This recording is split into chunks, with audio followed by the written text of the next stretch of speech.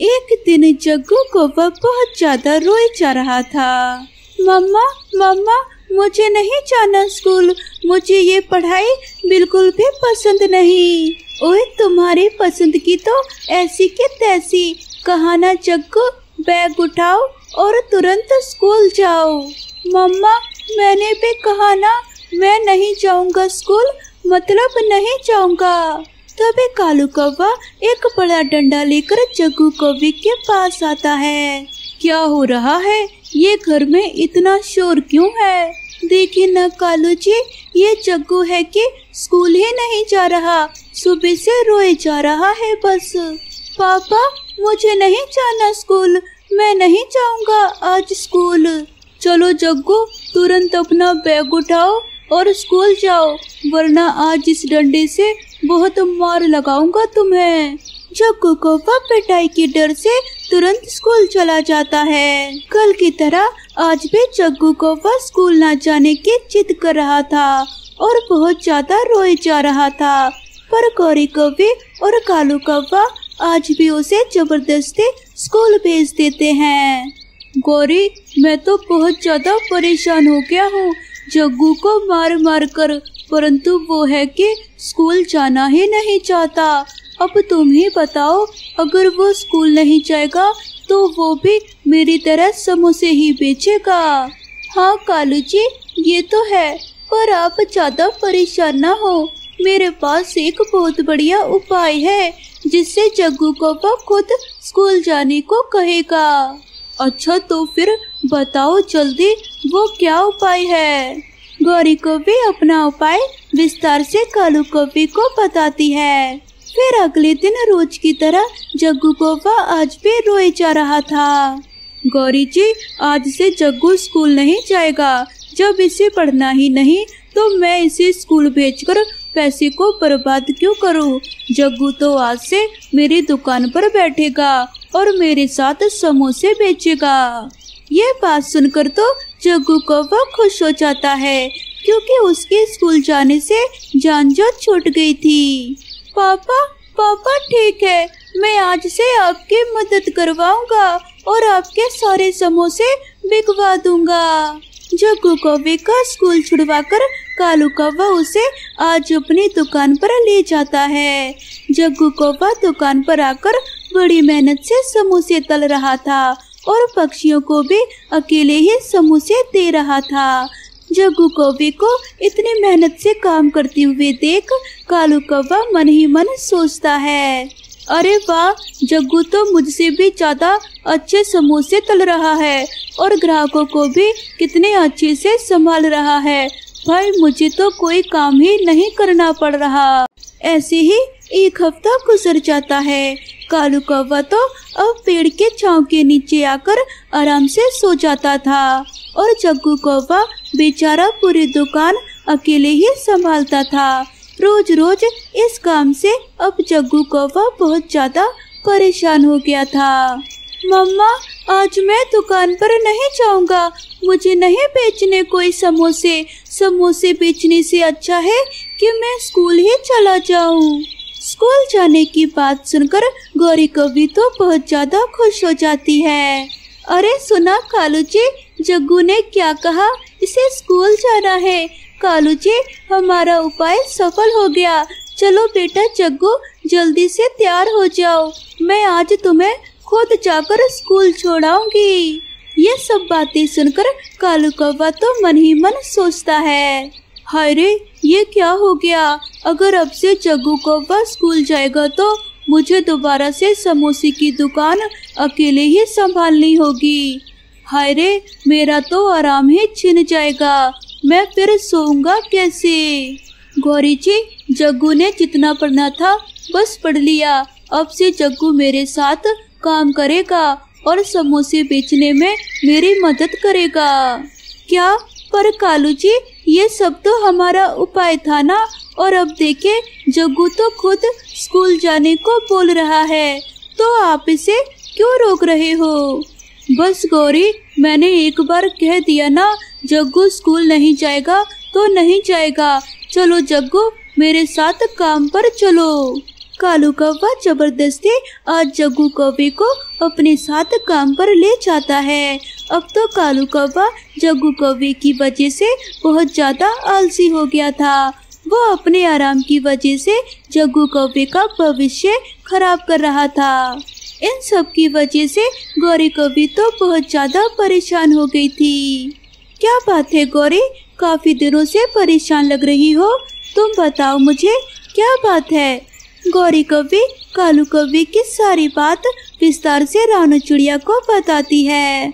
हाय रे, कालू कौवा अपने आराम के लिए अपने बेटे के साथ कितना गलत कर रहा है, उसे तो हमें सबक सिखाना ही चाहिए। थोड़ी देर सोचने के बाद रानू चिड़िया अपना उपाय गौरी कौवी को बताती है। वो रानू चिड़िया अपने घर में सिलाई का काम करती थी और काफी ज्यादा बढ़िया बढ़िया कपड़े के भालू बनाकर तैयार करती थी। फिर एक दिन उपाय के मुताबिक रानू चिड़िया बिल्कुल जग्गू कौवे जैसा ही कपड़े का गुड्डा बनाती है। चलो, उपाय के मुताबिक मैंने नकली जग्गू कौवा तो बना दिया, अब आएगा मजा। उधर जग्गू कौवा रोज की तरह कढ़ाई में गर्मा गर्म समोसे बना रहा था और सामने ही कालू कौवा पेड़ के नीचे मजे से सो रहा था। चलो जग्गू, अपनी मम्मा के साथ जाओ, आज तुम्हारे पापा को मैं सबक सिखाकर रहूंगी। गौरी कौवी रानू चिड़िया के उपाय के मुताबिक जग्गू कौवे को वहाँ से ले जाती है और रानू चिड़िया वो जग्गू कौवे जैसा कपड़े का गुड्डा उस गरम गरम तेल में डाल देती है। अरे बाप रे, जग्गू तो कढ़ाई में गिर गया। अरे कालू कौवे, इधर आओ जल्दी। कालू कौवा जल्दी से उठता है और तुरंत से वहाँ पर आता है। अरे बाप रे, ये कैसे हो गया? जग्गू कौवा कैसे गिर गया तेल में? और करवाओ छोटे बच्चों से ऐसे काम। कालू कौवे, तुमने अपने आलसीपन की वजह से जग्गू कौवे को मार डाला। तुम ठीक कह रही हो रानू चिड़िया, मैं आलसी हूँ, बहुत बड़ा आलसी हूँ, ये सब मेरी वजह से ही हुआ है। कढ़ाई में अपने बेटे को देख देख कर कालू कौवा तो बहुत ज्यादा रोई जा रहा था। तभी गौरी कौवे जग्गू को लेकर वहाँ पर आ जाती है। जग्गू कौवे को जिंदा देखकर कालू कौवे की जान में जान आती है।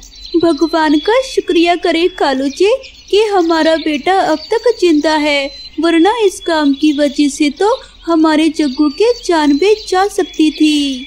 हाँ कालू भैया, इस गरम गरम तेल में मेरा बनाया हुआ नकली जग्गू कौवा है, पर ये सब कुछ जग्गू कौवे के साथ हो सकता था, इसलिए मैंने बस तुम्हें सबक सिखाया है।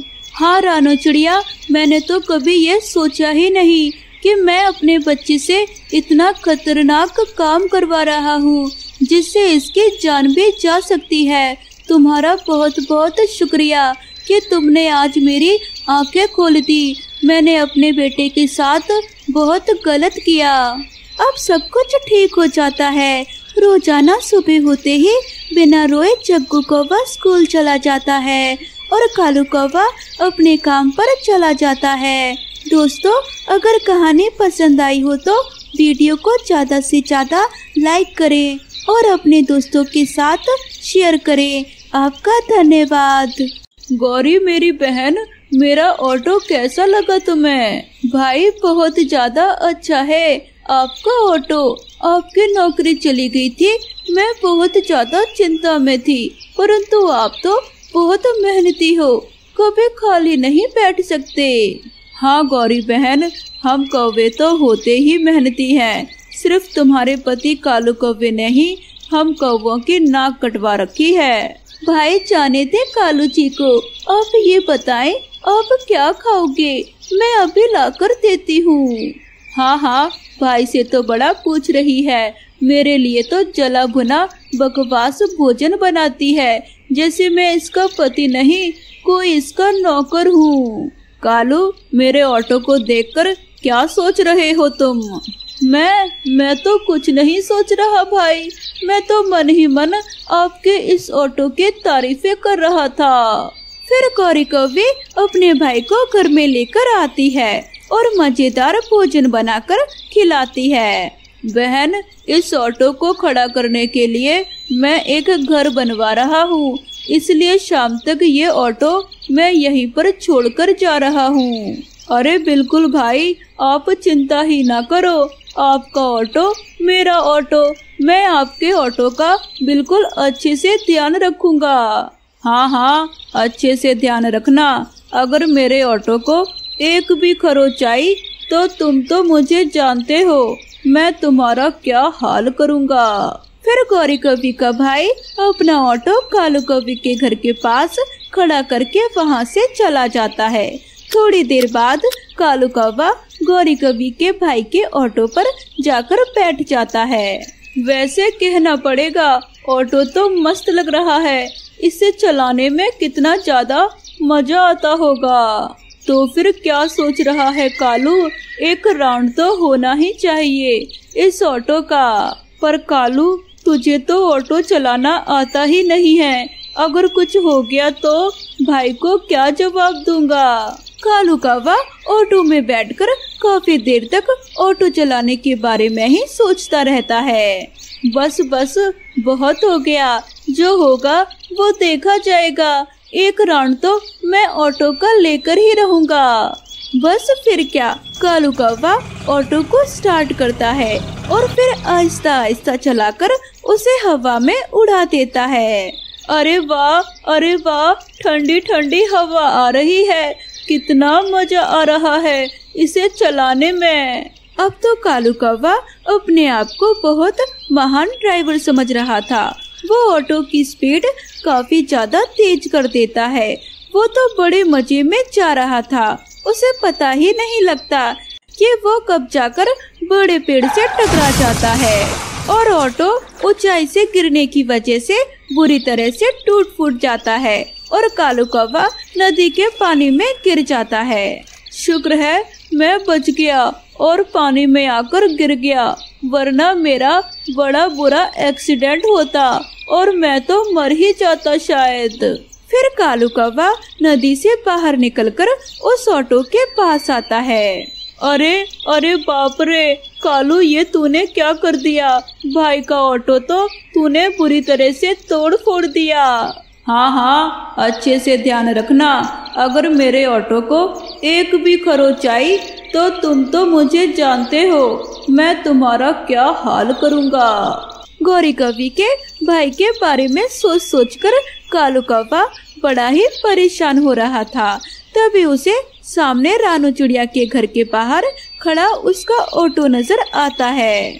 अरे वाह, ये ऑटो तो बिल्कुल भाई के ऑटो जैसा है। कालू, अगर तुझे अपनी जान प्यारी है तो तुझे इस ऑटो को चुराना ही पड़ेगा। परंतु यार, इस ऑटो को मैं चलाकर अपने घर तक कैसे लेकर जाऊंगा? अगर दोबारा मैंने कहीं ठोक दिया तो? नहीं, धक्का मारकर ही ले जाता हूँ। कालू कौवा फिर रानू चिड़िया के ऑटो के पास आता है और उसे धक्का मार मार कर वहाँ से ले जाता है। कुछ देर बाद जब रानू चिड़िया अपने ऑटो पर कहीं जाने का सोचती है तो वो ऑटो चोरी हुआ देख काफी परेशान हो जाती है। मेरा ऑटो कहाँ पर चला गया? मैंने तो यहीं पर अपना ऑटो खड़ा किया था। मम्मा, कहीं हमारा ऑटो किसी ने चुरा तो नहीं लिया? पर गुड़िया बेटा, मेरे ऑटो का ब्रेक तो बिल्कुल ही खराब था। जो भी उसे चुरा कर लेकर गया होगा उसका जरूर एक्सीडेंट होगा। हाँ मम्मा, उसका एक्सीडेंट होगा तभी उसे अपनी गलती की सजा मिलेगी। पर गुड़िया बेटे, हमारा ऑटो तो चोरी हो गया ना। कितनी मुश्किलों से पैसे जमा करके मैंने उसे खरीदा था। शाम हो जाती है और गौरी कवि का भाई अपना ऑटो लेने कालू कौवे के घर पर आ जाता है और वो रानू चिड़िया के ऑटो को अपना ऑटो समझकर वहाँ से ले जाता है। अरे, इसका ब्रेक क्यों नहीं लग रहा? अब मैं क्या करूँ? ऑटो की स्पीड काफी तेज थी परंतु ब्रेक नहीं लग रहा था। वो ऑटो भी तेजी में जाकर एक पहाड़ से जाकर टकरा जाता है और बड़ा एक्सीडेंट हो जाता है। क्या मेरे भाई का एक्सीडेंट हो गया?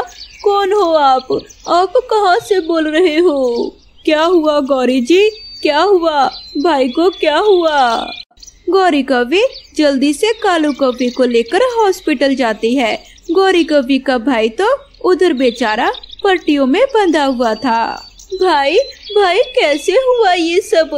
आपने तो नया ऑटो लिया था। गौरी मेरी बहन, मैं जान गया हूँ, कालू कौवे ने चालाकी की है, मेरा ऑटो चुरा लिया और मुझे खराब ऑटो दे दिया। मैंने देखा है उस ऑटो की नंबर प्लेट चेंज है, मतलब वो ऑटो मेरा नहीं है।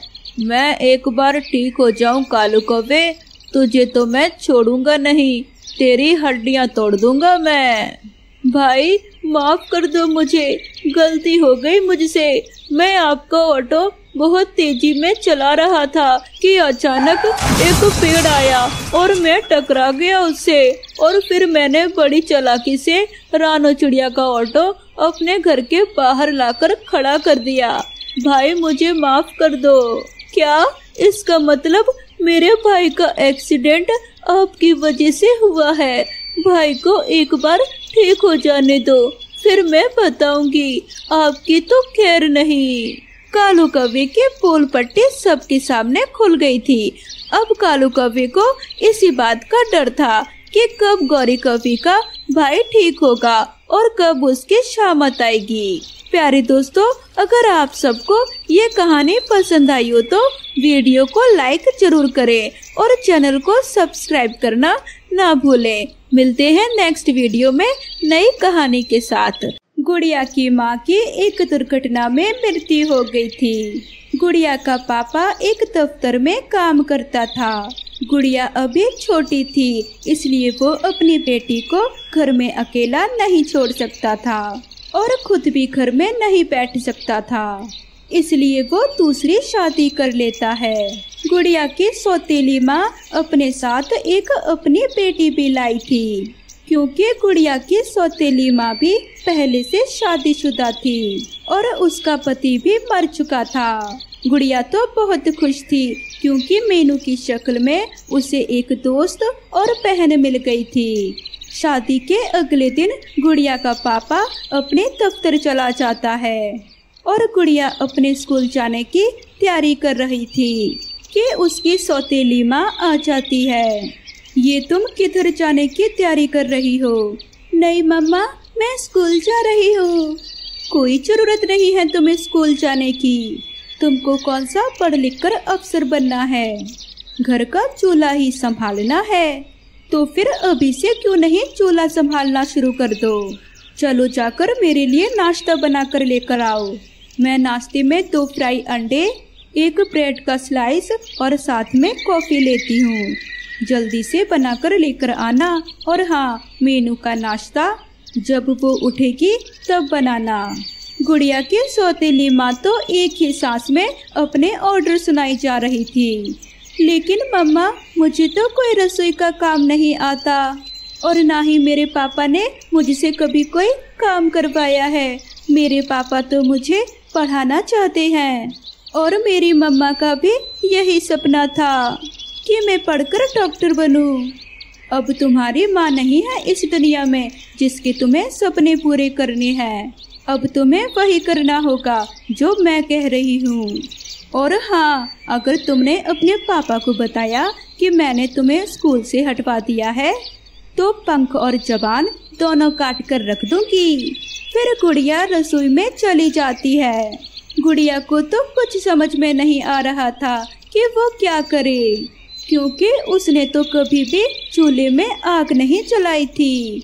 उसे आग जलाना नहीं आ रहा था। थोड़ी देर बाद उसकी सौतेली माँ भी रसोई में आ जाती है। क्या तुम अभी तक ऐसे ही मुंह उठाए खड़ी हो? मेरा नाश्ता नहीं बनाया? नहीं मम्मा, मुझे चूल्हे में आग जलाना नहीं आती। मैं कैसे नाश्ता बनाऊं? तुम चिंता ना करो, मैं तुम्हें सब सिखा दूंगी। अब आंखें खोल कर देखना कि आग कैसे जलाते हैं। कल से तुम्हें खुद ही जलाना है। फिर गुड़िया की सौतेली माँ गुड़िया को आग जलाना सिखाती है। फिर ऐसे ही कुछ दिन गुजर जाते हैं। गुड़िया की सौतेली माँ गुड़िया से घर का सारा काम करवाती। और उसके पापा के सामने उससे बहुत प्यार करती और उसके पापा के ऑफिस जाते ही उससे काम करवाने लग जाती। ऐसे ही एक दिन वो गुड़िया से कहती है, आज मैं और मेरी मीनू शॉपिंग पर जा रही हैं। मेरे आने तक भोजन तैयार रखना, नहीं तो मार मार कर हाल बुरा कर दूंगी। फिर गुड़िया की सौतेली मम्मा अपनी बेटी को लेकर चली जाती है। वो अभी गई थी कि गहरे बादल आ जाते हैं और साथ में तेज बारिश भी शुरू हो जाती है। लकड़ियाँ जो कि आग जलाने के लिए रखी हुई थी बारिश में भीग जाती हैं। अब मैं आग कैसे जलाऊंगी? माँ तो आकर मुझे पीटेंगी अगर मैंने भोजन ना तैयार किया तो। फिर गुड़िया अपनी माँ को याद करके रोने लग जाती है। हे भगवान, अगर मेरी माँ मर गई तो इसमें मेरा तो कोई दोष नहीं। फिर मेरी सौतेली माँ मेरे साथ इतना बुरा क्यों करती है? मम्मा, अगर आप सुन रही हो तो देखो तुम्हारी बेटी कितनी तकलीफ में है। माँ, आ जाओ मेरे पास और मुझे अपने आंचल में छुपा लो। मुझसे अब और बर्दाश्त नहीं हो रहा है। रोते रोते गुड़िया की आंख लग जाती है। गुड़िया बेटा देखो, मुझे भगवान ने तुम्हारी मदद के लिए भेज दिया। मेरी बच्ची, मुझे माफ करना, मैं तुम्हें छोड़कर चली गई और तेरी जिंदगी इतनी मुश्किल में पड़ गई। लेकिन अब मैं तुम्हें और दुखी नहीं होने दूंगी। बेटा, मैंने एक रसोई में एक चूल्हा रख दिया है। वो कोई आम चूल्हा नहीं, बल्कि उस चूल्हे में एक खास शक्ति है। तुम जो भी भोजन सोचोगी वो खुद ब खुद पककर तैयार हो जाएगा। और मेरी बेटी, अब मैं तुम्हारी रक्षा करूंगी। फिर गुड़िया की आंख खुल जाती है। ये कोई सपना था क्या? सच में मेरी मम्मा आई थी? मुझे लगता है कि मैं सपना ही देख रही थी। फिर गुड़िया जब किचन में जाती है तो वहाँ सच में एक चूल्हा पड़ा था। ये चूल्हा तो पहले मेरे किचन में नहीं था। कहीं वो मेरा सपना सच तो नहीं था? एक बार आजमा कर देखती हूँ। फिर गुड़िया छोले भटूरे के बारे में सोचती है तो वहाँ चूल्हे में खुद ही आग जलती है और छोले भटूरे बन जाते हैं। फिर गुड़िया की सौतीली माँ भी आ जाती है। भोजन तैयार कर लिया है कि आराम ही करती रही हो? जी माँ, मैंने छोले भटूरे बनाए हैं आज। छोले भटूरे कैसे बना लिए तूने आज? घर में तो सामान ही नहीं था। और आग तूने कैसे जलाई? लकड़ियाँ तो सारी बारिश के पानी से भीग चुकी हैं। मुझे ये कोई और ही चक्कर लग रहा है। ऐसा कहकर गुड़िया की सौतेली माँ गुड़िया को मारना शुरू कर देती है। बता क्या चक्कर है? कल मुही कहीं की कोई जादू तो नहीं सीख लिया? फिर गुड़िया की मम्मा की आत्मा वहाँ आती है और वो गुड़िया की सौतेली माँ को उल्टा लटका देती है। गुड़िया का पापा भी ऑफिस से आ जाता है। ये सब क्या हो रहा है? सोना, तुम उल्टी क्यों लटक गई हो? और गुड़िया, तुम क्यों रो रही हो? फिर गुड़िया की मम्मा की आत्मा भी सबके सामने आती है और सोना की सारी हकीकत गुड़िया के पापा को बताती है। गुड़िया बेटा, अपनी माँ की आत्मा से कहो कि मुझे माफ कर दे। मैं आइंदा तुम्हें कुछ नहीं कहूँगी। माँ, आप प्लीज इन्हें माफ कर दें। मैंने भी इन्हें माफ कर दिया है। फिर गुड़िया की मम्मा सोना को माफ कर देती है। फिर उस दिन के बाद सोना गुड़िया के साथ बहुत प्यार से रहना शुरू कर देती है। सागर वाले जंगल में ठंड का मौसम था। उसी जंगल में टोनू नाम का एक चिड़ा रहता था। वो बहुत कामचोर था। घर में खाने के लिए भोजन नहीं है। गुड़िया खाना मांग रही है। पानी तो है ना, पानी पीकर संतोष कर लो। भगवान ने जो दिया है वो बहुत है। रानो चिड़िया और टोनू चिड़ा की एक बेटी थी जिसका नाम था गुड़िया। गरीबी के कारण उसकी पढ़ाई भी बंद थी। टोनू चिड़ा बड़े का काम करता था। कभी किसी के घर में खिड़कियां या दरवाजे ठीक करने का काम मिल गया तो कर लेता था। वरना घर में किस्मत के भरोसे बैठा रहता था। पानी पीकर कब तक गुजारा करेंगे, बाहर जाकर कुछ काम की तलाश करो। गुड़िया को खाना चाहिए और ऐसी सर्दी में हमारी बच्ची को स्वेटर भी चाहिए। तुम तो हर वक्त मुझे घर से बाहर निकालने पर लगी रहती हो। ठीक है, अब जाता हूँ। ऐसा कहकर टोनू चिड़ा काम की तलाश में सागर के जंगल में घूमने लगता है और थोड़ी ही देर बाद घर वापस आ जाता है। मेरी किस्मत ही खराब है, कोई बड़ा काम नहीं मिलता मुझे। घर बैठे बैठे किस्मत को कोसने से कुछ नहीं होगा। बड़ा काम करने के लिए मेहनत से बड़े काम की तलाश करनी होगी। हाँ ठीक है, ज्यादा ज्ञान मत दो। टोनू चिड़े की कामचोरी और किस्मत के भरोसे बैठे रहने का नतीजा ये हुआ कि एक एक करके घर की सारी चीजें बिक गई। बस सर छुपाने के लिए घर की चार दीवारी रह गई। तुमसे तो कुछ नहीं होगा, मैं ही काम ढूंढ लेती हूँ। रानू काम की तलाश में निकल जाती है। कुछ दिन की तलाश के बाद रानू चिड़िया को एक स्वेटर बनाने का काम मिल गया। अब सुबह सुबह रानू चिड़िया काम पर निकल जाती। टोनू चिड़ा घर में बैठा रहता और किस्मत को कोसता रहता था। उधर रानू दिन रात मेहनत करके स्वेटर बुनती रहती थी। धीरे धीरे रानू चिड़िया का काम और निखरता गया और रानू चिड़िया ने अपने मालिक से सैलरी बढ़ाने की मांग की। लेकिन रानू चिड़िया के मालिक ने सैलरी बढ़ाने के लिए उससे मना कर दिया और रानू चिड़िया को ये बात बहुत बुरी लग गई और उसने वहाँ से काम छोड़ दिया। मैं कहता था ना, किस्मत के आगे किसी की नहीं चलती। चली गई ना नौकरी, दूसरी मिल जाएगी। ढूंढने पर तो भगवान भी मिल जाते हैं, नौकरी क्यों नहीं मिलेगी। रानू चिड़िया दूसरे ही दिन काम के तलाश में फिर से निकल पड़ती है। हे भगवान, कितनी तेज ठंड है और ऊपर से ये नौकरी ढूंढने का काम। परेशान होने के बाद भी रानू चिड़िया ने हार नहीं मानी और थोड़े दिन की तलाश के बाद उसे एक बुटीक में काम मिल जाता है। कल से ज्यादा मेहनत करनी होगी, रात को आने में देर हो जाएगी। दूसरे दिन जल्दी उठकर रानू चिड़िया घर का काम निपटाती है और काम पर निकल जाती है। बुटीक में दिन रात स्वेटर बुनने के बाद रात को घर आकर खाना बनाती और अपनी बेटी को खाना खिलाती। टोनू चिड़ा कोने में बैठकर भगवान को कोसता रहता। हे भगवान, मुझे नौकरी कब मिलेगी। घर बैठकर भगवान को कोसने से नौकरी नहीं मिलेगी। अच्छा चुप हो जा, बड़ी आई नौकरी वाली। देखना, अपनी मेहनत की बल पर एक दिन मैं खुद का बुटीक खोलूंगी। पैसा क्या तेरा बाप देगा हैं? रानू चिड़िया ने चुप रहना ही बेहतर समझा। वो बस अपने काम पर ध्यान देती। रानू चिड़िया का बढ़िया काम और उसकी मेहनत देखकर कुछ ही दिनों में बुटीक का मालिक रानू चिड़िया की सैलरी बढ़ा देता है। रानू चिड़िया के घर की हालत अब सुधर गई थी। रानू चिड़िया एक गुल्लक में थोड़े थोड़े पैसे जमा करती रहती है। एक दिन रानू चिड़िया ने गुल्लक तोड़कर देखा तो ओहो, पैसे तो कम हैं, लोन ले लेती हूँ।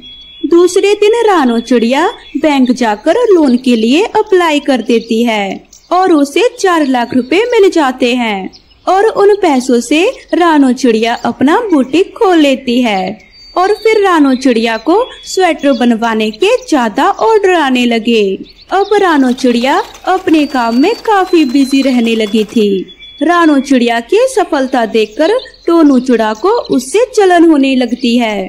तुम्हारी किस्मत अच्छी है, बैठे बिठाए तुम्हें काम मिल गया। ये तुम गलत बोल रहे हो, मुझे बैठे बिठाए कुछ नहीं मिला है। मुझे जो भी मिला है मेरी मेहनत से मिला है। मैं तुम्हारी तरह किस्मत के भरोसे नहीं बैठी हूँ। आए दिन टोनू चिड़ा रानू चिड़िया से किसी न किसी बात पर लड़ने लगता था।